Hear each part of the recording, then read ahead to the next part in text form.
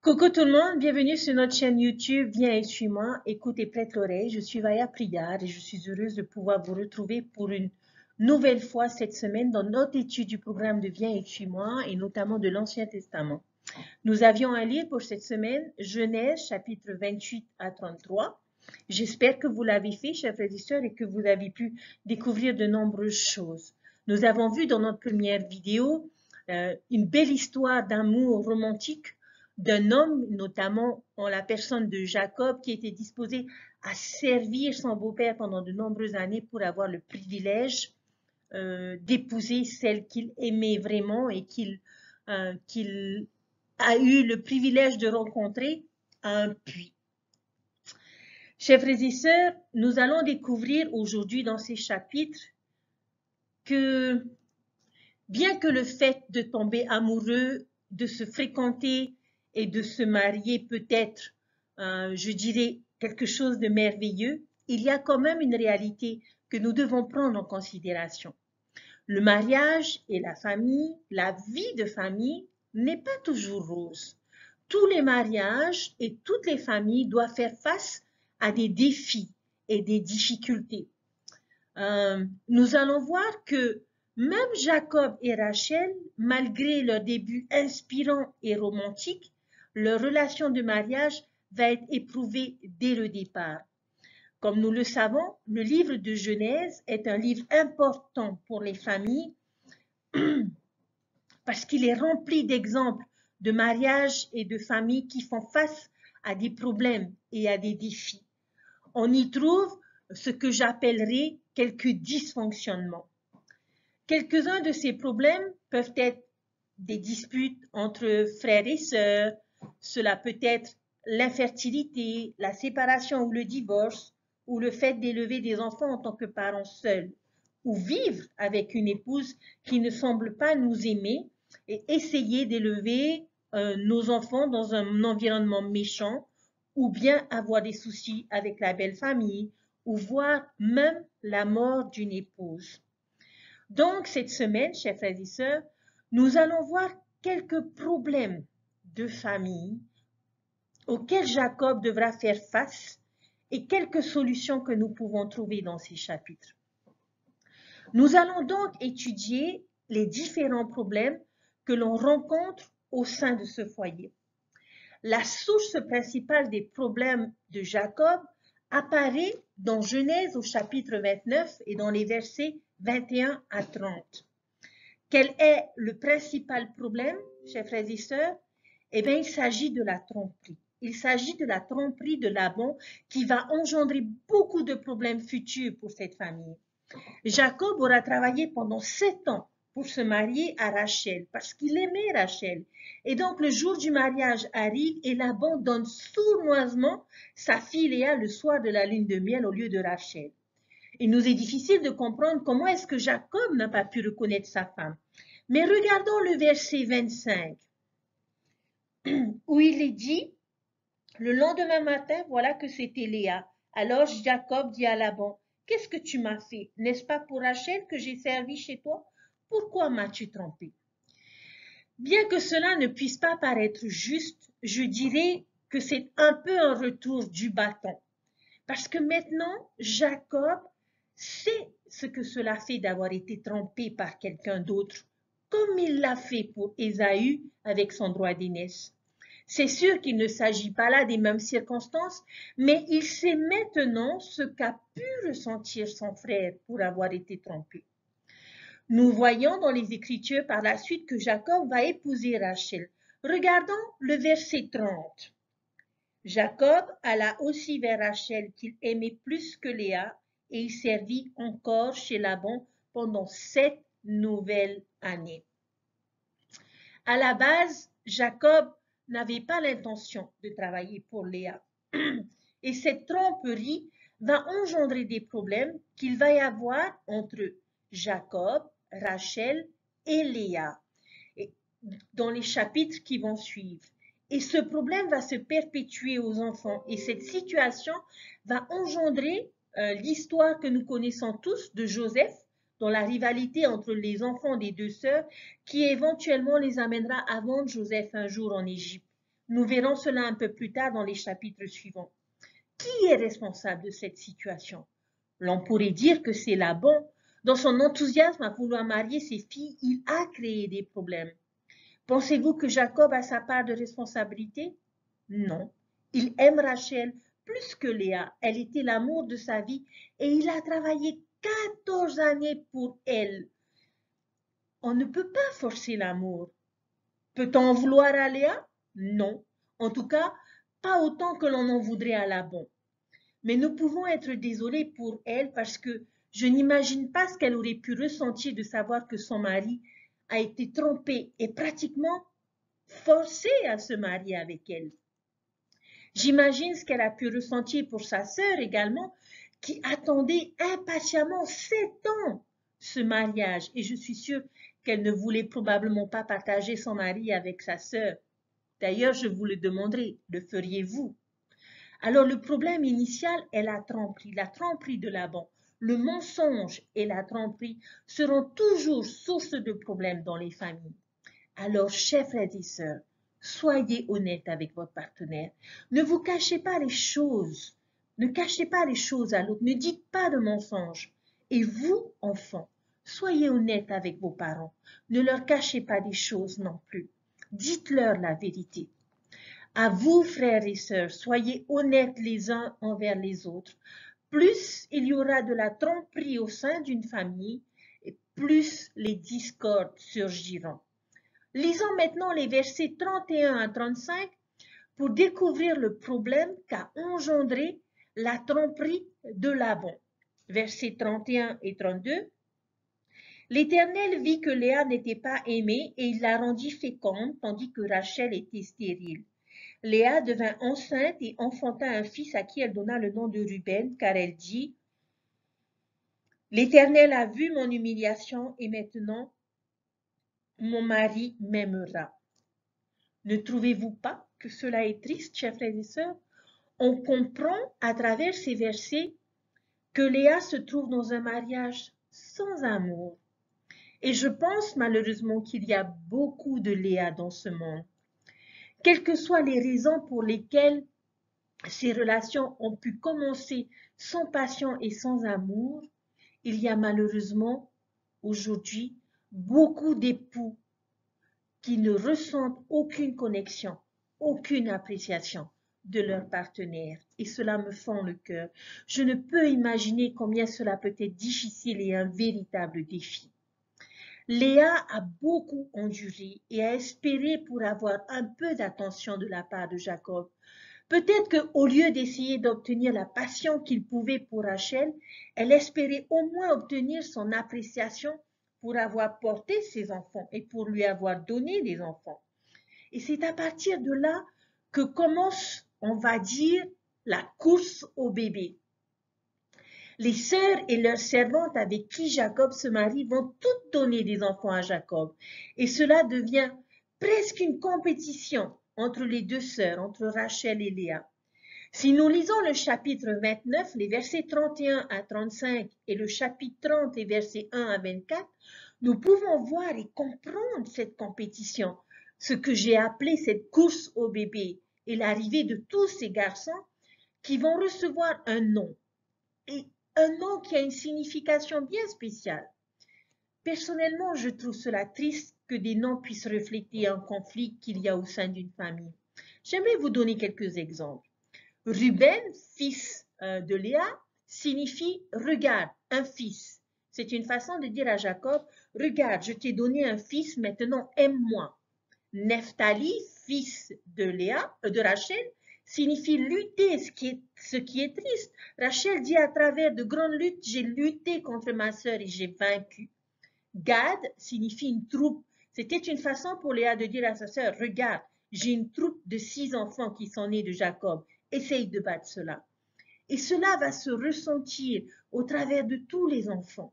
Léa va gagner la course au bébé au final. Elle aura 9 enfants comparé à Rachel qui n'aura que 3 enfants.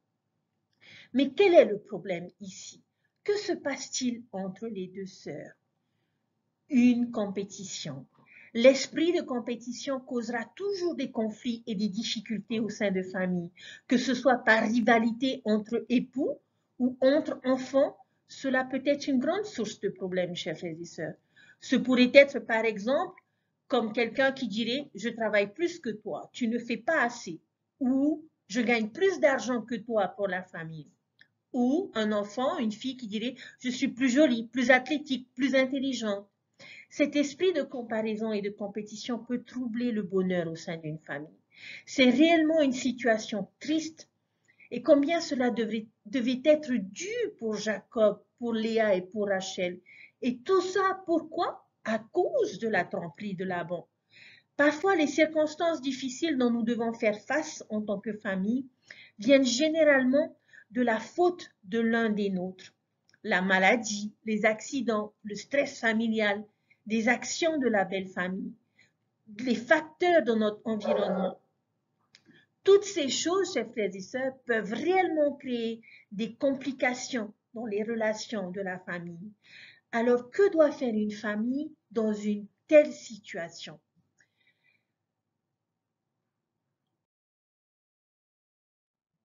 Voyons ensemble les solutions. Les Écritures ne nous montrent jamais de problème sans solution. Nous pouvons trouver au sein de ces chapitres quelques-unes qui pourraient nous aider à faire face à ce genre de difficultés au sein de notre famille. La première chose importante à retenir est qu'il nous faut être honnête avec chacun. Nous avons appris que la tromperie peut engendrer beaucoup de problèmes au sein d'une famille. Deuxièmement, ne nous laissons pas emporter par un esprit de compétition. Que pouvons-nous faire à la place? Je pense que la solution entre Rachel et Léa aurait dû être l'empathie plus que la compétition. Avoir de l'empathie pour les difficultés et les désirs des membres de notre famille. Ne mettons pas davantage l'accent sur les problèmes et les résultats.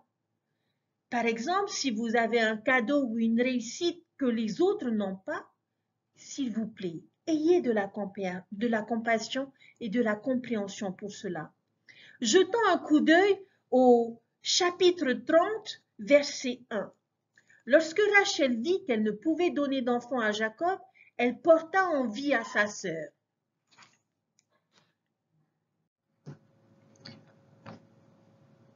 Rachel porta envie à sa sœur et dit à Jacob, « Donne-moi des enfants ou je meurs. » Elle enviait sa sœur et bien sûr que l'on peut être triste pour elle. Elle voulait avoir des enfants mais ne pouvait pas. Mais nous aurions pu lui dire aussi à ce moment-là, « Mais Rachel, ta sœur t'envie aussi. Ne penses-tu pas qu'elle soit également triste de son côté? Elle envie la relation que tu partages avec Jacob et elle aimerait bien être aimée comme tu es aimé. » Et à Léa, peut-être, nous aurions pu lui dire, ne vois-tu pas combien cela peut être difficile pour Rachel? Être en mesure de pouvoir avoir les enfants avec Jacob ne devrait pas être quelque chose dont tu devrais te vanter. Ce sont peut-être ces mots-là que l'on aurait aimé dire à Rachel et Léa. Et je pense que le problème entre les deux sœurs aurait pu être mieux géré si chacune avait eu la volonté d'avoir un peu plus d'empathie vis-à-vis de l'autre. Rachel aurait pu reconnaître combien cela pouvait être difficile pour sa sœur d'être mariée à un homme qui n'avait pas l'intention de l'épouser, tout comme cela aurait été une bonne chose pour Léa de reconnaître combien cela devait être difficile pour sa sœur de ne pas pouvoir avoir d'enfant. Je pense sincèrement que s'il y avait eu plus d'empathie et plus de compréhension, cela aurait pu aider à résoudre ce conflit familial. Alors, chers frères et sœurs, en connaissant les conséquences de leur comportement, de leur attitude, j'espère que nous pourrons avoir, je dirais plutôt agir différemment si nous nous trouvons dans cette situation où nous avons le sentiment que l'autre est plus avantagé que nous. Regardons maintenant d'autres solutions dans quelques-uns de ces versets dans Genèse, au chapitre 31, les versets 4 et 5, les versets 14 et 16, dans Genèse chapitre 32, versets 9 à 11, et dans Genèse chapitre 33, les versets 1 à 11. Que se passe-t-il dans le chapitre 31, versets 4 à 5 et 14 à 16? Lorsque nous lisons ces versets, nous voyons tous les trois, Jacob, Rachel et Léa, travailler ensemble pour résoudre un souci familial. Nous voyons Rachel et Léa répondre et participer pour trouver une solution. Nous pouvons associer cette situation, chers frères et sœurs, à un conseil de famille. Les familles peuvent surmonter leurs problèmes lorsqu'ils cherchent à tenir un conseil les uns avec les autres et à travailler ensemble pour trouver des solutions. J'aime beaucoup cette image de tous les trois unis dans une décision, une grande décision de famille, et notamment celle de répondre au mécontentement de Laban vis-à-vis de Jacob. Chers frères et sœurs, les conseils de famille ont toujours été nécessaires. En fait, je dirais qu'ils sont éternels. Nous appartenions à un conseil de famille dans l'existence prémortelle quand nous vivions avec nos parents célestes, nous, leurs enfants d'esprit. Un conseil de famille, s'il est dirigé avec amour et selon les vertus chrétiennes, un conseil de famille fera rempart à la technologie moderne qui nous empêche de passer du temps de qualité ensemble et qui a aussi tendance à introduire le mal dans notre foyer, cette technologie. Cependant, n'oublions pas que les conseils de famille sont différents de la soirée familiale du lundi. Ils peuvent avoir lieu n'importe quel jour de la semaine. Ils sont essentiellement une réunion dans laquelle les parents écoutent. Ils s'écoutent mutuellement et écoutent leurs enfants. Durant nos conseils de famille, nos appareils électroniques, chers frères et sœurs, doivent être éteints afin que tous les participants puissent se regarder et s'écouter mutuellement. Les enfants ont désespérément besoin de parents qui sont disposés à les écouter. Et le conseil de famille peut être l'occasion pour les membres de la famille d'apprendre à se comprendre et assumer les uns les autres. Alma a enseigné, consulte le Seigneur dans toutes tes actions et il te dirigera dans le bien. Nos relations mutuelles s'améliorent, chers frères et sœurs, si nous invitons le Seigneur par la prière à participer à notre conseil de famille. Avec l'aide de notre Père Céleste et de notre Sauveur, nous pouvons devenir plus patients, plus attentionnés, plus serviables, plus indulgents et plus compréhensifs. Et si nous prions pour cela, avec leur aide, nous pouvons faire de notre foyer un coin du ciel ici-bas. Associé à la prière, chers frères et sœurs, le conseil de famille invitera le Sauveur à y être présent, comme il l'a lui-même promis quand il a dit, car là où 2 ou 3 sont assemblés, en mon nom, je suis au milieu d'eux. Inviter l'Esprit du Seigneur à faire partie de nos conseils de famille apporte des bénédictions qui sont indescriptibles. Souvenons-nous que la tenue régulière d'un conseil de famille nous aidera à détecter de bonne heure les problèmes familiaux et à aller tuer l'œuf dans l'œuf. Et ils donneront à chaque membre de la famille le sentiment de sa valeur et de son importance. Et par-dessus tout, ils nous aideront à avoir plus de réussite et plus de bonheur dans nos relations précieuses au sein de notre foyer. Dans Genèse, au chapitre 32, les versets 9 à 11, Jacob inclut quelqu'un d'autre dans sa décision, et c'est le Seigneur. La prière, chers frères et sœurs, est une solution au problème de famille.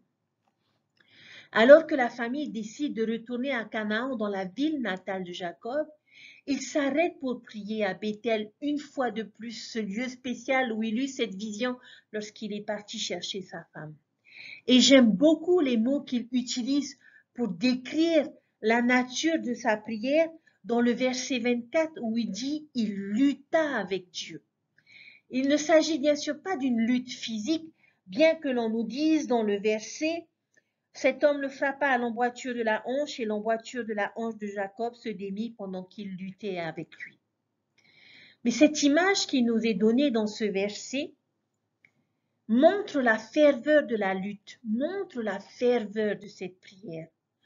Lorsque nous rencontrons des problèmes au sein de notre famille, si nous nous tournons vers Dieu et que nous luttons pour chacun de ces soucis avec une grande diligence et une grande ferveur, le Seigneur entrera et nous aidera dans chacune de ces situations.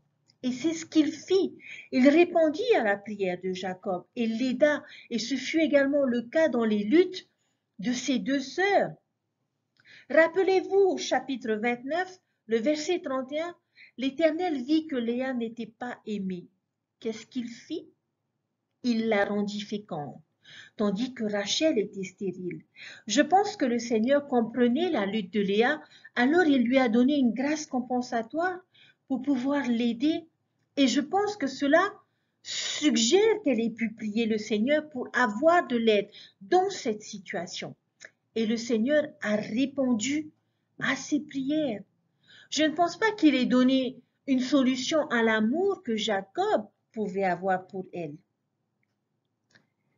Mais le Seigneur est intervenu pour elle en lui accordant la bénédiction de devenir une mère. Je ne pense pas que le Seigneur ait fait du favoritisme non plus en ne permettant pas à Rachel d'avoir des enfants. Mais cela faisait probablement partie des épreuves comme beaucoup de femmes aujourd'hui font face dans leur vie. C'était le cas de Rachel. Mais si nous regardons un peu plus loin, lorsque nous regardons dans le chapitre 30 au verset 22, Dieu se souvient de Rachel et il l'exauça et il la rendit féconde. Je pense donc que Rachel a dû aussi beaucoup prier le Seigneur et ce dernier a entendu ses prières et il l'a bénie. Dieu nous offre toujours une grâce compensatoire. Rachel n'aura probablement pas autant d'enfants que Léa, mais elle en aura. Chers frères et sœurs, je pense sincèrement que dans les nombreux problèmes de couple dont nous pouvons faire face, Dieu peut entrer, nous bénir et nous aider. Il ne pourra peut-être pas résoudre chaque problème que nous voudrions qu'il résolve, mais il nous aidera. Il se souvient de nous, il entend nos prières et il peut faire des choses pour nous qui allégeront la douleur et la difficulté. Lorsque nous prions, nous ne devons pas essayer de conseiller le Seigneur, mais nous devons demander au Seigneur et suivre ses conseils. Toutes nos prières ne reçoivent pas les réponses, malheureusement, que nous souhaitons. Il arrive que la réponse soit non. Nous ne devons pas en être étonnés, chers frères et sœurs. Les parents terrestres qui aiment leurs enfants n'accèdent pas toujours à leurs demandes et nous devons prier selon la volonté de notre Père céleste. Il veut nous mettre à l'épreuve, nous fortifier et nous aider à réaliser notre potentiel. Chers frères et sœurs, le Seigneur nous aime et du fait de cet amour parfait, il nous bénit non seulement selon nos désirs et nos besoins, mais également selon sa sagesse infinie.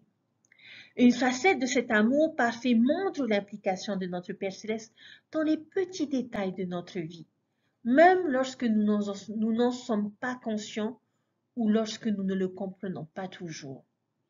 Nous demandons l'inspiration divine et l'aide du Père par la prière fervente et sincère. Lorsque nous honorons nos alliances et lorsque nous nous efforçons d'être davantage semblables à notre Sauveur, nous avons droit à un flot constant d'inspiration divine grâce à l'influence du Saint-Esprit.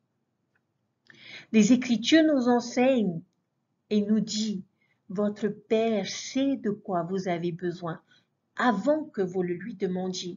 Et il connaît toutes les choses car toutes les choses sont présentes devant ses yeux. » Notre Père céleste est conscient de notre existence, connaît nos besoins et nous aidera toujours de la meilleure des façons. Parfois, cette aide est accordée à l'instant où nous la demandons ou au moins rapidement après que nous la demandons. Parfois, nos aspirations les plus sincères ne sont pas exaucées comme nous l'espérons. Mais nous découvrons avec beaucoup de foi et beaucoup de patience que Dieu a en réserve des bénédictions beaucoup plus grandes. Et parfois, nos justes aspirations ne nous sont pas accordées dans cette vie. Dans certaines situations, lorsque nos aspirations ne nous sont pas accordées, comme nous pourrions l'espérer pour nous-mêmes, cela peut être, chers frères et sœurs, en fin de compte, pour notre profit. Regardons l'exemple de Joseph, le fils de Jacob, qui était envié et haï par ses frères au point qu'il complotait son assassinat. Ce que nous découvrirons dans les prochains chapitres. Au lieu de cela, il va devenir comme un esclave en Égypte. Et si quelqu'un a pu avoir l'impression que ses prières n'étaient pas exaucées comme il l'espérait, je pense que c'était bien Joseph. En réalité, son malheur apparent lui a valu de grandes bénédictions et a sauvé sa famille de la famine. Plus tard, après être devenu un dirigeant de confiance en Égypte, avec une grande foi, une grande sagesse, il a dit à ses frères, « Maintenant, ne vous affligez pas et ne soyez pas fâchés de m'avoir vendu pour être conduit ici, car c'est pour vous sauver la vie que Dieu m'a envoyé devant vous. » Chers frères et sœurs, Dieu connaît la fin depuis le commencement. Et la réponse à nos prières justes peut être parfois un non, mais qui sera toujours au profit d'une issue nettement supérieure. Henri B. Eyring a déclaré « Le Père vous connaît. Il connaît vos sentiments ainsi que les besoins spirituels et temporels de toutes les personnes qui vous entourent. » Parfois, nos prières sont exaucées rapidement et comme nous l'espérions. Parfois, nos prières ne sont pas exaucées comme nous l'espérons. Cependant, avec le temps, nous découvrons que Dieu nous réservait des bénédictions supérieures à celles que nous attendions. La foi comprend aussi, chers frères et sœurs, la confiance dans le calendrier du Seigneur. Nous devons avoir l'assurance que, à sa manière et en son temps, notre Père Céleste nous bénira et résoudra tous nos soucis, les injustices et les déceptions que nous connaissons. Le roi Benjamin a déclaré un verset que j'aime beaucoup et qui dit « Et de plus, je désirerais que vous méditiez sur l'état béni et bienheureux de ceux qui gardent les commandements de Dieu. Car voici, ils sont bénis en tout, tant dans le temporel que dans le spirituel. Et s'ils tiennent bon avec fidélité jusqu'à la fin, ils sont reçus dans le ciel afin de pouvoir ainsi demeurer avec Dieu dans un état de bonheur sans fin. Oh, souvenez-vous, que ces choses sont vraies, car le Seigneur Dieu l'a dit. Chers frères et sœurs, je sais que Dieu entend nos prières. Je sais qu'en Père omniscient, aimant, il y répond parfaitement selon sa sagesse infinie. Chers frères et sœurs, il y a une dernière solution supplémentaire que j'aimerais discuter avec vous aujourd'hui. Et pour ma part, je dirais que ce serait probablement la solution la plus grande et la plus importante dans les problèmes de famille. Parlons de Ésaü à nouveau. Nous avons vu la semaine passée comment cette histoire s'était finie, mais elle peut quand même avoir une leçon importante à nous enseigner. Je sais que nous avons vu dans nos études passées qu'il n'était pas l'exemple que nous devions suivre, c'est-à-dire de ne pas vendre notre droit d'aînesse pour un potage, n'est-ce pas? Cependant, il y a quelque chose d'autre que nous pouvons apprendre de cet homme. L'histoire de Jacob et d'Ésaü serait semblable à ce que j'appellerais une rivalité entre frères et sœurs. Est-ce que ce problème va finir par être résolu? Quelle était la situation entre les deux frères? Pour cela, retournons dans le chapitre 27 au verset 41. Ésaü conçut de la haine contre Jacob à cause de la bénédiction dont son père l'avait béni. Et Ésaü disait en son cœur, les jours du deuil de mon père vont approcher et je tuerai Jacob, mon frère. Verset 42, on rapporta à Rebecca les paroles d'Ésaü, son fils aîné. Elle fit alors appeler Jacob, son fils cadet, et elle lui dit, voici, ton frère veut tirer vengeance de toi en te tuant. Et verset 43, maintenant mon fils, écoute ma voix, lève-toi, fuis chez Laban mon frère à Charon. Jacob devait partir parce que son frère Ésaü avait prévu de le tuer et c'est ce qu'il fit. Jacob partit et il ne partit pas pour quelques jours, il partit pour plus de 20 ans à se retrouver à servir pendant 14 ans pour Rachel, se marier et avoir une famille. Mais dans le chapitre 31, après qu'il ait eu ses 12 enfants, 11 fils et une fille, Dieu lui donna une instruction. Regardons le verset 3. Alors l'Éternel dit à Jacob, retourne au pays de tes pères et dans ton lieu de naissance, et je serai avec toi. Je pense sincèrement que lorsque Jacob a entendu cela, il s'en est un peu préoccupé. Il savait qu'il avait été béni en ayant obtenu le droit d'aînesse et la bénédiction. Mais Ésaü était toujours là. Et la dernière fois qu'il vit son frère, ce dernier voulait le tuer. Et pour Jacob, retourner dans la ville de son père n'était pas ce que l'on appellerait un heureux retour. Le simple acte de rentrer enverrait un message à Ésaü qu'il viendrait pour hériter de son droit d'aînesse et de sa bénédiction. Ce serait une façon de dire à son frère, il est temps pour toi de partir parce que tout ceci est mon héritage. On peut donc comprendre les différentes raisons pour lesquelles Jacob se souciait de ce retour. Nous pouvons imaginer l'anxiété qu'il devait éprouver en faisant ce voyage. Et nous savons qu'il pria et lutta avec Dieu. Et c'est pour cette raison qu'il priait avec ferveur, parce qu'il se souciait de la réaction de son frère et éventuellement du fait qu'il l'attaquerait et le tuerait ainsi que sa famille. Alors qu'il se rapproche des terres, il demanda à quelques-uns de ses serviteurs d'aller et de dire à Ésaü qu'il arrive, probablement pour sonder un peu la situation. Et ses serviteurs vont revenir avec un scénario un peu troublant. Lorsque l'on regarde dans le chapitre 32, les versets 6 et 7, les messagers vont revenir auprès de Jacob en disant « Nous sommes allés vers ton frère Ésaü et il marche à ta rencontre avec 400 hommes. » Déjà là, on se dit « Oh, ça sent pas très bon. » Ésaü arrive avec 400 hommes et il doit vraiment être fâché.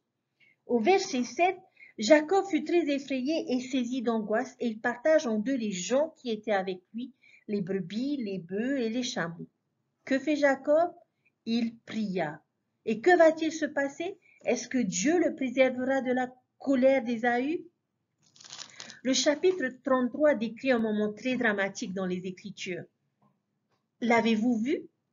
Jacob vient avec toute sa famille et nous apprenons dans Genèse chapitre 32 les versets 13 à 18 que Jacob envoie un grand présent, des brebis, des chameaux, des moutons pour pouvoir éventuellement apaiser son frère. Va-t-il y avoir un combat? Va-t-il se battre avec son frère? Est-ce que le Seigneur va le protéger d'une façon miraculeuse? Regardons, lisons, lisez, chers frères et sœurs. Jacob leva les yeux et regarda et voici. Ésaü arriva avec 400 hommes.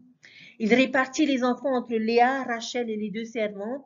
Il plaça en tête les servantes avec leurs enfants, puis Léa avec ses enfants, et enfin Rachel avec Joseph lui-même passa devant eux.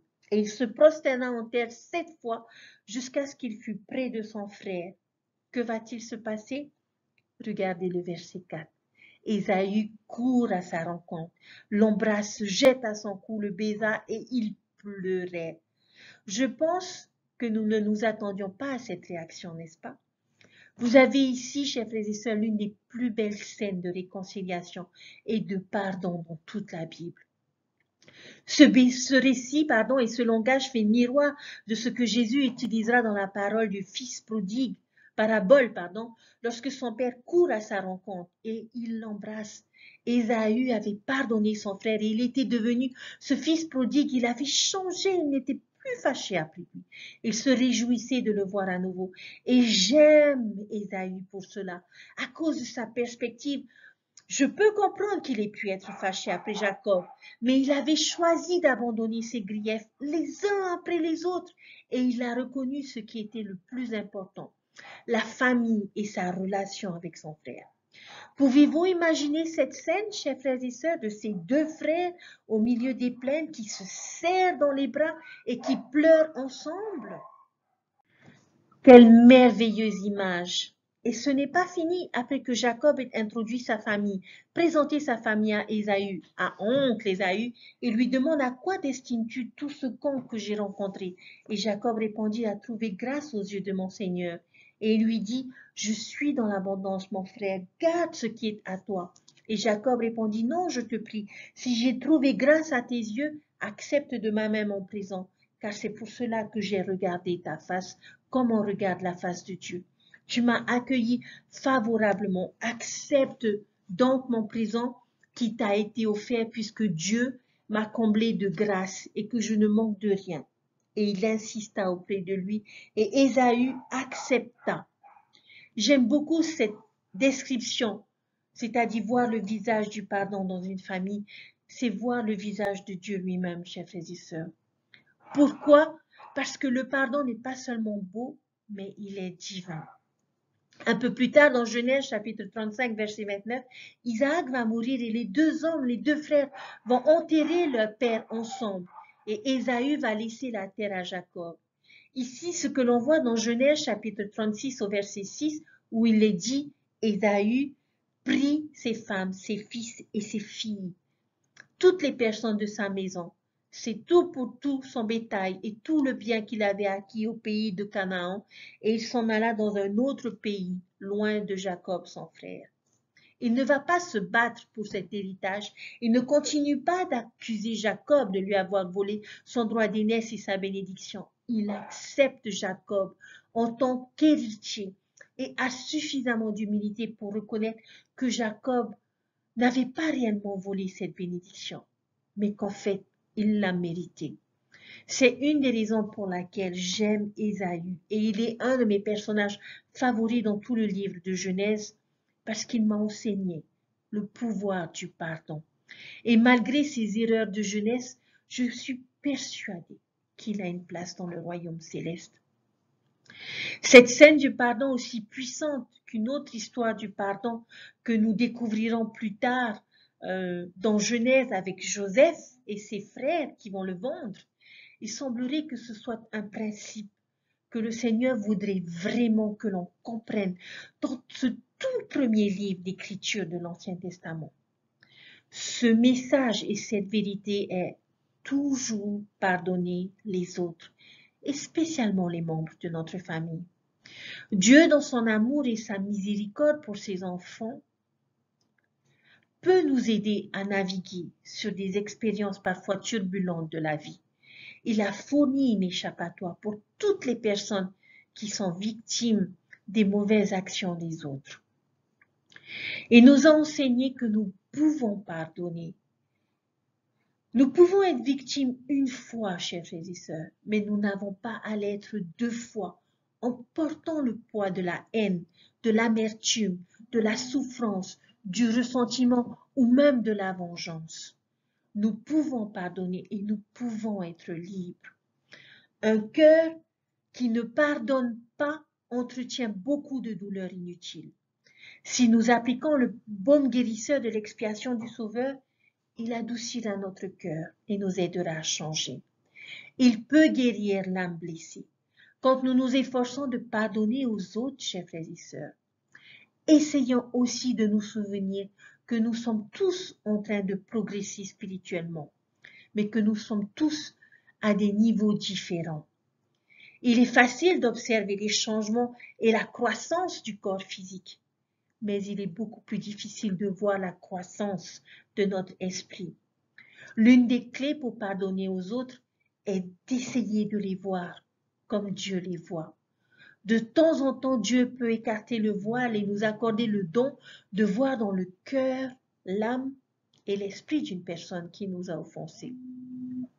Cet aperçu peut même nous amener à éprouver un amour irrésistible pour cette personne.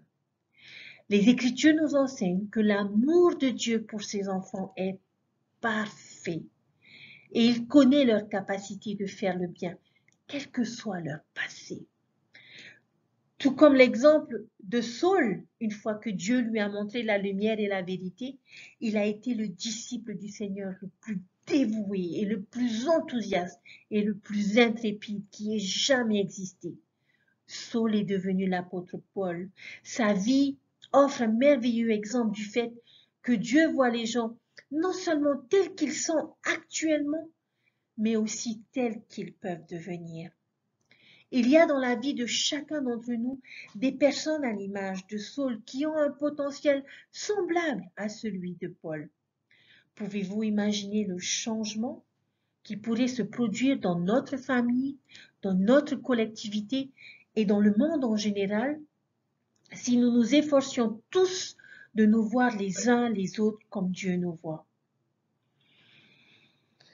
Trop souvent, nous regardons l'offenseur comme nous regarderions un iceberg. Nous ne voyons que le sommet et non ce qu'il y a sous la surface. Nous ne savons pas tout ce qui se passe dans la vie d'une personne. Nous ne connaissons pas son passé. Nous ne connaissons pas ses difficultés. Nous ne connaissons pas les souffrances qu'elle supporte. Frères et sœurs, ne vous méprenez pas. Pardonner ne veut pas dire approuver. Nous ne justifions pas les mauvais traitements et ne permettons pas aux autres de nous maltraiter en raison de leurs difficultés ou de leurs souffrances ou de leurs faiblesses. Mais nous pouvons acquérir une plus grande compréhension et une plus grande paix quand nous voyons avec une perspective plus large. Le pardon est la raison même pour laquelle Dieu a envoyé son Fils. Alors réjouissons-nous de ce qu'il nous offre la guérison. L'expiation du Sauveur n'est pas seulement pour les personnes qui ont besoin de se repentir, mais elle est aussi pour celles qui ont besoin de pardonner. Si vous avez du mal à pardonner à quelqu'un ou à vous-même, demandez à Dieu de vous aider. Le pardon est un merveilleux principe guérisseur et nous n'avons pas besoin d'être 2 fois victimes. Nous pouvons pardonner. Chers frères et sœurs, quelles que soient les circonstances ou les défis dont vous faites face, j'espère que ce livre de Genèse vous donnera l'aide dont vous avez besoin. Chers frères et sœurs, quelles que soient les circonstances, j'espère que vous aurez appris ce dont nous avons besoin. Je ne crois pas qu'il y ait une famille parfaite ou un mariage parfait. Nous avons tous des difficultés et des épreuves que nous devons surmonter dans nos relations familiales. Mais le Seigneur ne nous laisse pas face à ces choses seules. Et c'est l'avantage que nous avons d'être des personnes, je dirais, de foi. Il y a beaucoup de choses que nous pouvons faire qui pourront nous aider à surmonter ces difficultés. Mais lorsque ces difficultés surgissent, j'espère que nous nous rappellerons que nous devons nous tourner vers notre Père Céleste et rechercher sa grâce compensatoire. J'espère que nous nous souviendrons que nous devons tenir conseil en famille pour trouver des solutions. J'espère que nous nous souviendrons que nous devons être honnêtes les uns envers les autres. J'espère que nous nous souviendrons que nous devons éprouver de l'empathie et pas de la compétition.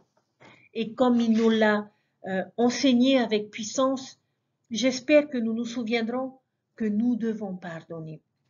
Alors la prochaine fois où nous nous retrouverons dans la situation où nous nous sentirons offensés, trompés, trahis, puissions-nous avoir la force et la guérison en nous souvenant d'Ésaü et d'avoir ce désir de pardonner et de nous réconcilier. Chers frères et sœurs, c'est sur ces enseignements que je vais finir cette vidéo aujourd'hui. Je suis désolée qu'elle ait été un peu plus longue que d'habitude, mais ces principes, à mon avis, étaient vraiment importants que l'on comprenne. Parce que tous les jours, toute notre vie, nous ferons face à des défis et à des difficultés. Et nous avons découvert aujourd'hui à travers cette étude quelles sont les solutions qui pourront nous aider. Le Seigneur nous aime, chers frères et sœurs, et n'en doutez pas. Et pour chaque difficulté que nous avons, il connaît le début et la fin. Tournons-nous vers lui de manière à pouvoir trouver la force, trouver les solutions, trouver les moyens et les clés nécessaires pour nous sortir de ces situations difficiles. Et je vous témoigne que Dieu nous aidera dans chacune de ces difficultés et que ces défis et ces difficultés nous aideront à grandir tant temporellement que spirituellement pour mériter notre place dans son royaume. Dieu vit et Dieu nous aime. C'est son évangile, ce sont ses écritures et combien elles sont précieuses. Je vous laisse toutes ces choses au nom de Jésus-Christ. Amen. Je vous souhaite un bon week-end, une bonne fin de semaine, une bonne étude et que Dieu vous bénisse. On se retrouve la semaine prochaine. Bye!